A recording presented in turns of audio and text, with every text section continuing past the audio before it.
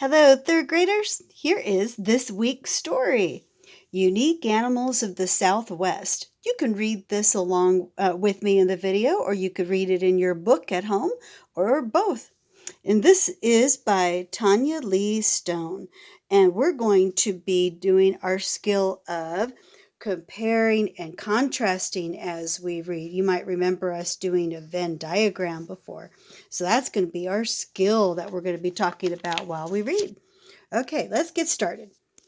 Introduction. There are 4 major deserts in the Southwest region.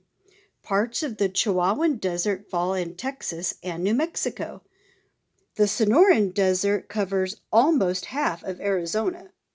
Part of the Mojave Desert crosses into Nevada, and the Great Basin Desert blankets a huge part of Nevada. A variety of wildlife lives in these deserts and in the rest of the Southwest region. Some of these animals are especially well known. And we have some pictures. Oh, he looks scary. A variety of unique animals, including the Gila monster, make their home in the American Southwest.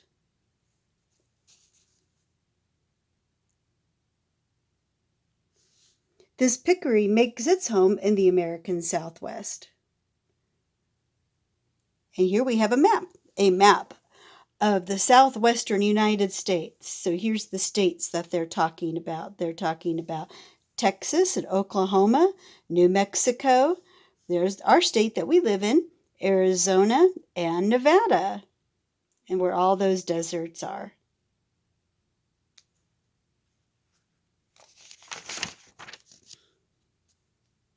Racing around. The roadrunner is a common sight in the Southwest and is the state bird of New Mexico. These birds are made for running. They have long legs that are very strong. Their feet are strong too. Roadrunners can run more than 15 miles or 24 kilometers per hour. They have long tails that help them balance when they run. Although these birds can fly, they do not do it very often. And there's a picture of one. Looks like he's got a snack. Roadrunners use their long legs to chase down prey. Here, a roadrunner carries a lizard off for an afternoon meal. Roadrunners use their speed to escape predators, an animal that hunts another animal for food. Hawks and coyotes are their main predators. Roadrunners also run to chase prey, an animal that is hunted by another animal for food. These birds eat insects, lizards, and snakes. They also eat bird eggs and small rodents. In addition to being fast runners, roadrunners are able to hop around and change direction quickly. This helps confuse or tire another animal. Roadrunners use this trick on rattlesnakes. As soon as the snake gets tired from trying to strike at the roadrunner, the bird stabs the snake with its long beak. Roadrunners are so fast on their feet, they can even snatch a hummingbird or dragonfly that flies too close. Roadrunners have long tails that help them balance when they run. There's that long tail. We see them here in our city of Albuquerque and state of New Mexico. Oh, an armored armadillo. All right, armadillos are related to sloths and anteaters. The 9-banded armadillo is the state mammal of Texas. It is also found in Oklahoma and in the southern states east of Texas. Armadillos are mainly nocturnal. This means they sleep during the day and are active at night. They sometimes search for food in the daytime. They eat ants, beetles, and termites. Their sharp sense of smell helps them find food. They use their long, sticky tongues to pull ants and termites from their nests.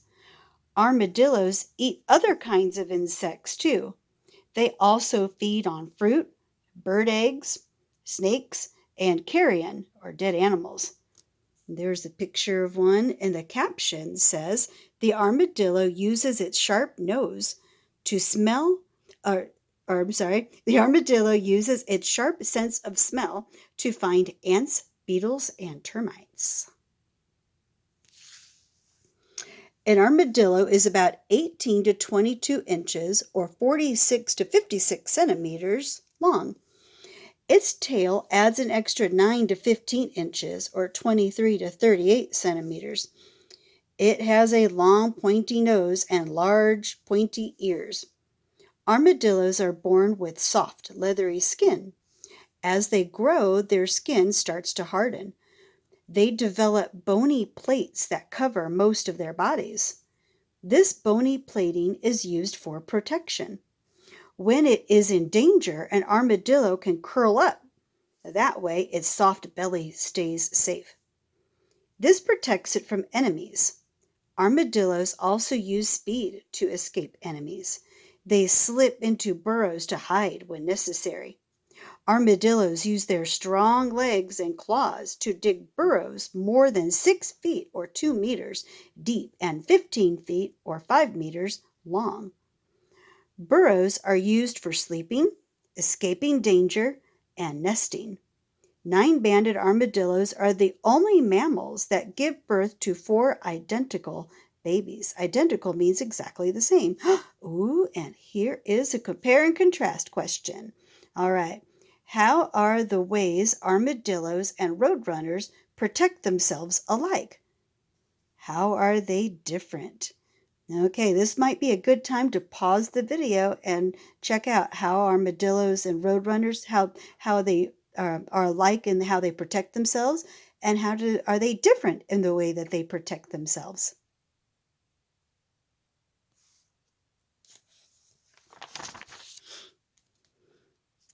All right, moving on to the prickly pear peccaries.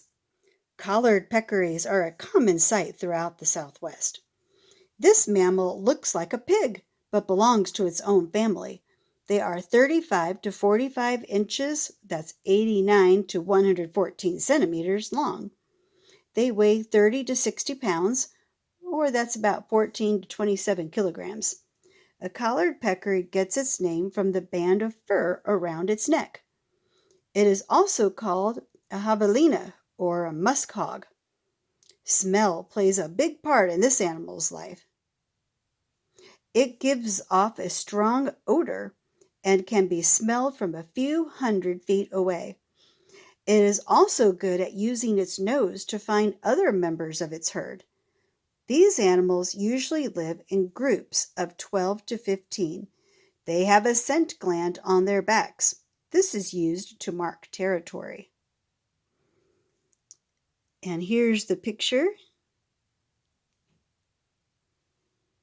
And the caption says, "A collared peccary uses this excellent sense of smell to sniff out its favorite foods." Collared peccaries also use their excellent sense of smell to find food. They can sniff out roots several inches under the ground. They eat roots, herbs, nuts, berries, and grasses. They also feed on fruit and worms. One of their favorite foods is the prickly pear cactus. Females, those are the girls, usually give birth to 2 babies. The whole herd helps look out for the young.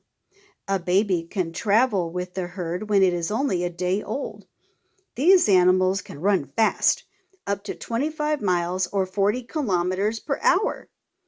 They usually choose to run from a predator. They also make noises to alert the rest of the herd. If it has to, a collared peccary will use its sharp teeth on an enemy. A collared peccary can even fight off a bobcat or a coyote. And this caption says, "Baby peccaries can keep up with their mothers a day after their birth."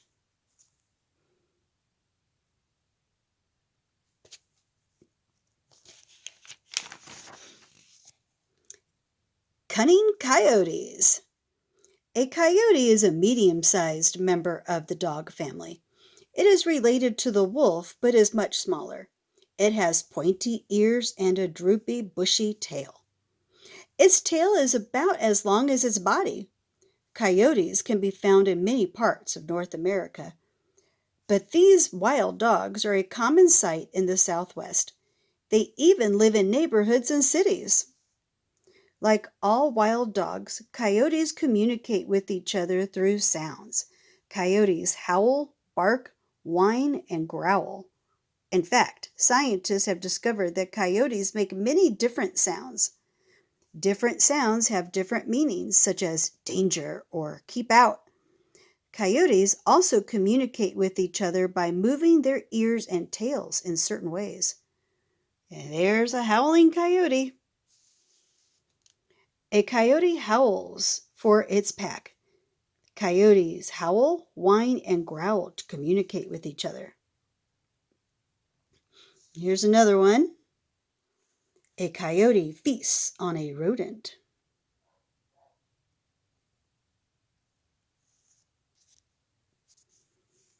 Coyotes hunt alone, in pairs, or in small groups. They have they have keen hearing and an excellent sense of smell. A coyote can run up to 40 miles or 65 kilometers per hour. They are great swimmers and can leap up to 13 feet or 4 meters. All of these things make coyotes good hunters. They will eat almost anything, but seem to prefer small mammals such as mice, rats, rabbits, and squirrels. They also eat carrion, fruits, and vegetables. Coyotes often mate for life. The female usually gives birth to her pups inside a safe, cozy den. Coyotes either build their own dens or take over the home of another animal. A coyote pair raises its young together. Pups are born blind and with floppy ears. Within about 10 days, their ears start to stand up and they are able to see. These coyotes hunt together for their favorite foods, but will eat almost anything. Raccoon relatives. Ringtails and coaties are both related to raccoons, and both live in the Southwest. The ringtail is Arizona's state mammal. It is also found in Nevada, Oklahoma, Texas, and New Mexico. A ringtail is about the size of a house cat.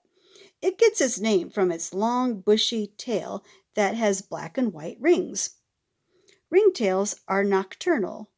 They sleep most of the day in small spaces such as rock crevices and hollow logs. At night, they hunt. They are expert climbers and have excellent hearing and eyesight. This makes them good hunters. Ringtails eat small mammals, lizards, frogs, and birds. They also eat snakes, insects, and fruit. White-nosed coaties also eat both plants and animals. They like fruits, nuts, insects, and eggs. They also eat rodents, lizards, and snakes. Coaties eat carrion too. As its name suggests, the white-nosed coati has a white snout. Unlike ringtails, this coati is a diurnal animal. This means it sleeps at night and is active during the day.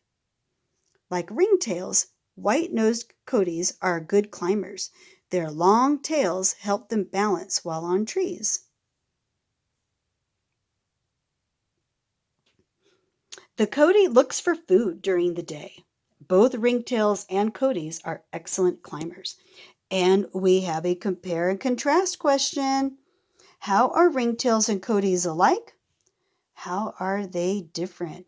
This would be a good time to pause the video and check, see how ringtails and coatis are alike and how they are different.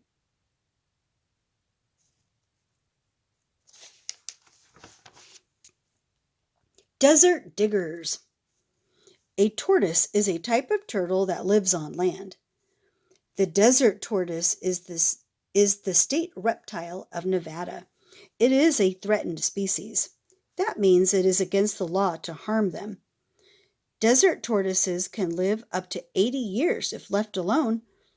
Reptiles such as the tortoise are cold-blooded animals. This means that the temperature of their bodies changes with the temperature of the air around them. Desert tortoises live in both the Sonoran and Mojave deserts. They are able to live in areas where temperatures on the ground reach 140 degrees Fahrenheit or 60 degrees Celsius. Desert tortoises live in underground burrows to escape the heat. Sometimes they look for shade under big rocks. Their burrows also protect them from the cold temperatures in the winter. In fact, desert tortoises spend most of their lives in their burrows.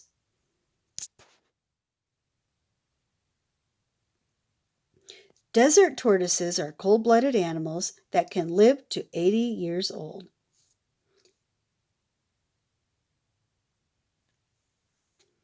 Desert tortoises weigh about 8 to 15 pounds. That's 4 to 7 kilograms. Their carapace, top shelf, is 9 to 15 inches or 23 to 38 centimeters long. These tortoises have strong front limbs for digging. They use them to dig burrows. Desert tortoises also dig shallow basins to catch rainwater. They remember where the basins are and return to them when it rains. These tortoises are plant eaters. They get some of the water they need from the grasses and wildflowers they eat. If necessary, a desert tortoise can live a year without water.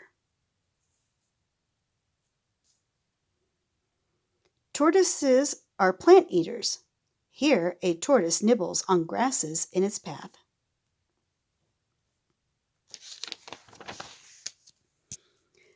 Leapin' lizards. The Southwest is home to many kinds of lizards. The collared lizard is Oklahoma's state reptile. It is also found in the other states of this region. Other common lizards throughout the Southwest include the chuckwalla and the Gila monster.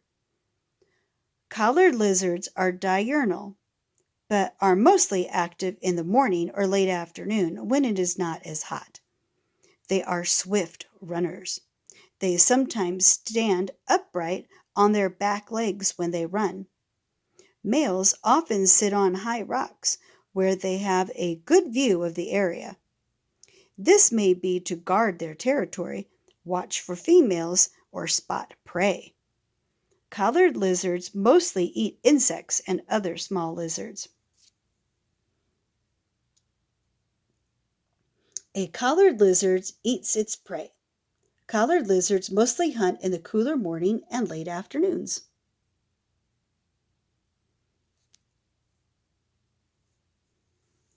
Chuckwallas are herbivores.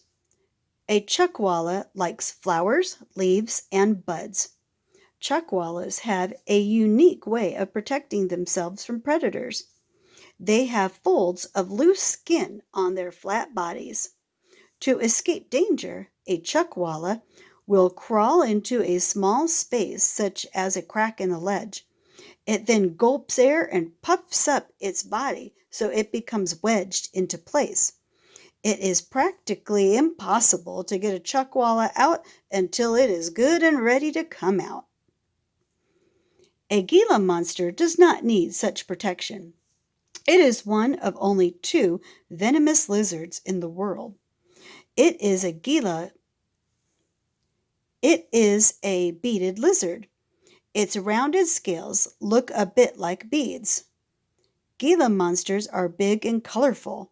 They have strong claws made for digging. These reptiles spend hot desert days under rocks or in holes they dig. They come out at dusk to hunt.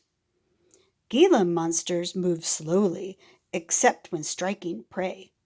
A Gila monster will clamp its jaws onto a small mammal or bird quickly. Its venom then flows into the animal's wound and kills it. Venom, that would be the poison.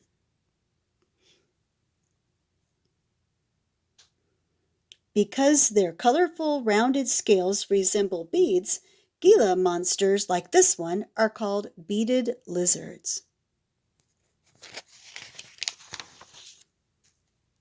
Serious snakes. Snakes are reptiles. They are cold-blooded animals. When they need to cool their bodies down, they look for shade. When they need to warm up, they bask in the sun. Many different kinds of snakes live in the Southwest. Some are poisonous and some are not. Coral snakes and rattlesnakes are particularly dangerous. Coral snakes are very colorful. They have red, yellow, and black bands. Other snakes with similar colors are not poisonous, so it is important to be able to tell them apart. One easy way is to remember the saying, "Red touches yellow, deadly fellow." This refers to the coral snake. Their coloring warns off predators. Coral snakes use their venom to kill prey. They mainly eat lizards and other kinds of snakes. There they are. A coral snake uses its powerful venom to kill another snake. There are many different kinds of rattlesnakes, but they all have jointed rattles at the ends of their tails. Each time a rattlesnake molts or sheds its skin, a new piece of the rattle is formed. Rattlesnakes shake their rattles when they are threatened. A rattlesnake is a pit viper. This kind of snake has two large pits in its head. The pits are heat-sensing organs. This helps a rattlesnake find its prey. Rattlesnakes also pick up nearby scents with their flickering tongues. A rattlesnake will strike its victim and inject the animal with its venom. Rattlesnakes eat small mammals, lizards, and even birds. A western diamondback can swallow an animal that outweighs it. This rattlesnake has just shed its skin, adding a new piece to its rattle.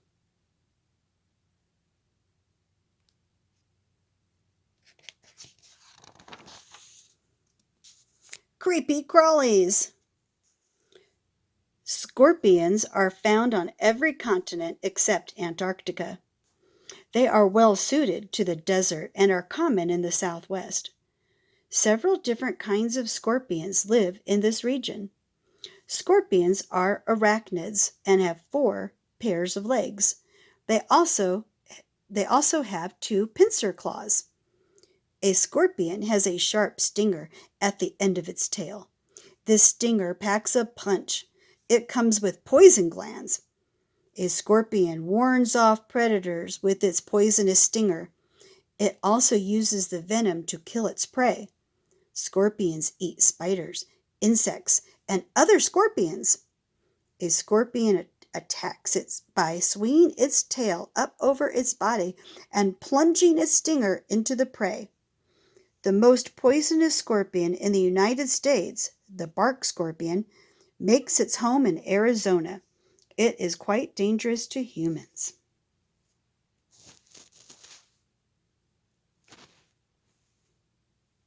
This scorpion below used the poisonous stinger on its tail to kill a beetle for its lunch. A mother scorpion carries her babies on her back.